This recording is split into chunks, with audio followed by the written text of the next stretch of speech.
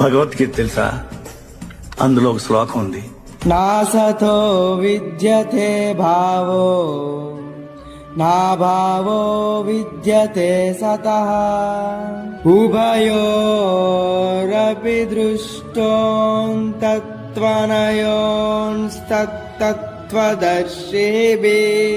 అర్జున, లేని దానికి నిలకడ ఉండదు, ఉన్నదానికి నాశనం ఉండదు. ఈ శరీరం అనుభవించేది చలి, వేడి, సుఖం, దుఃఖం. వచ్చిపోయే అలలే ఇవన్నీ.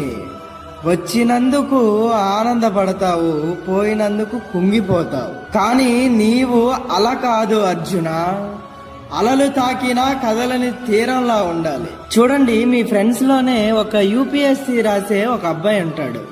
చాలా ఆశలతో పరీక్ష రాస్తాడు. రాత్రులు నిద్రపోలేదు, పగలు తినలేదు. ఫలితం వచ్చింది, పేరు లేదు అందులో. ఒక్క క్షణంలో ఆత్మవిశ్వాసం కూలిపోతుంది, మనసు మసకబారిపోతుంది. అతడు అనుకుంటాడు, పాపం నా జీవితం ఇంకా అయిపోయిందేమో అని. కానీ అది నిజం కాదు. పరీక్ష ఓడిపోయింది, కానీ తను ఓడిపోలేదు.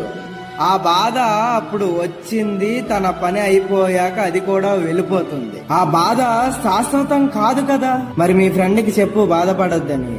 కృష్ణుడు చెబుతున్నాడు, బాధ నీది కాదు, బాధ నీకు వచ్చిన అతిథి. అది వచ్చినంత మాత్రాన నీవు చిన్నవాడివి కాదు.